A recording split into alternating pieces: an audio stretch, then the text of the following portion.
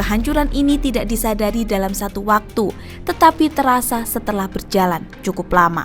Kondisi ini membuat masyarakat merasa baik-baik saja secara angka, tetapi sebenarnya mengalami penurunan kualitas hidup.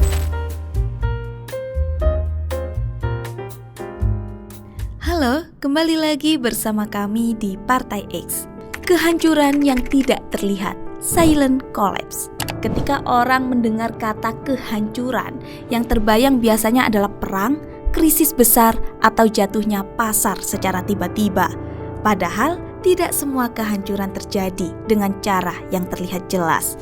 Ada jenis kehancuran yang berlangsung perlahan, tanpa kepanikan besar, tanpa headline yang mencolok, namun dampaknya jauh lebih dalam dan berlangsung lebih lama. Kehancuran ini tidak disadari dalam satu waktu, tetapi terasa setelah berjalan cukup lama.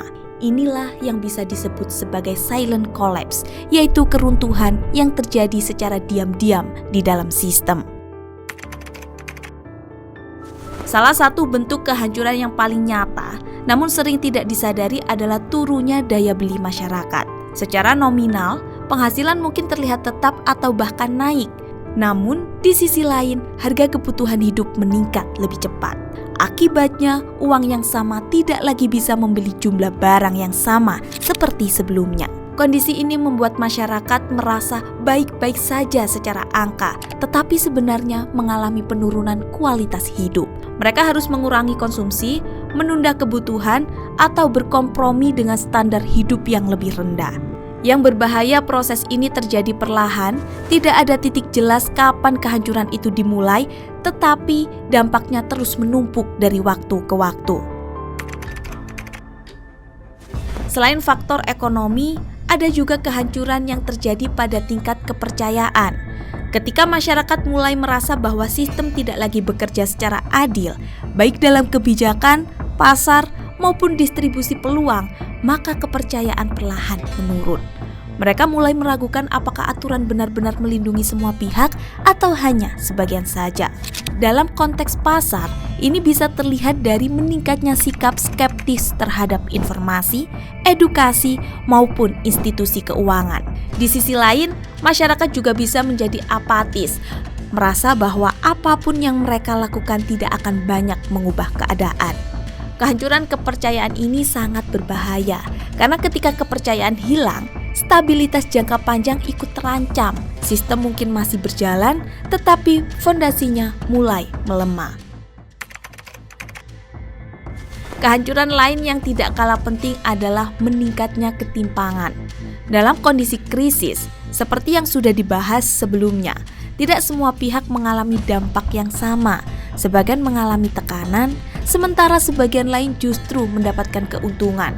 Seiring waktu, perbedaan ini semakin besar. Mereka yang memiliki modal dan akses akan semakin berkembang, sementara yang tertinggal semakin sulit mengejar. Ketimpangan ini tidak selalu terlihat secara langsung, tetapi bisa dirasakan melalui perbedaan gaya hidup, akses peluang, dan kemampuan bertahan dalam kondisi sulit. Dalam jangka panjang, kondisi ini bisa menciptakan jarak sosial dan ekonomi yang semakin lebar. Dari semua bentuk kehancuran, yang paling berbahaya bukanlah yang terjadi secara tiba-tiba dan terlihat jelas. Justru, yang paling berbahaya adalah kehancuran yang terjadi perlahan, tidak langsung disadari, dan dianggap sebagai hal yang normal. Inilah inti dari silent collapse, yaitu ketika kondisi terus memburuk sedikit demi sedikit, hingga akhirnya dianggap sebagai keadaan biasa.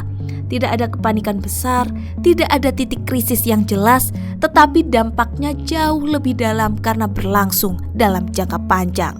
Dan ketika orang akhirnya menyadari, sistem sudah berubah cukup jauh dan tidak mudah untuk kembali ke kondisi sebelumnya. Di titik inilah, solusi tidak lagi bisa bersifat parsial atau jangka pendek.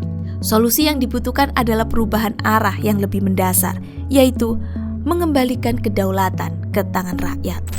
Itu tadi video dari kami. Jangan lupa like, comment, and subscribe. Dan kami Partai X pamit.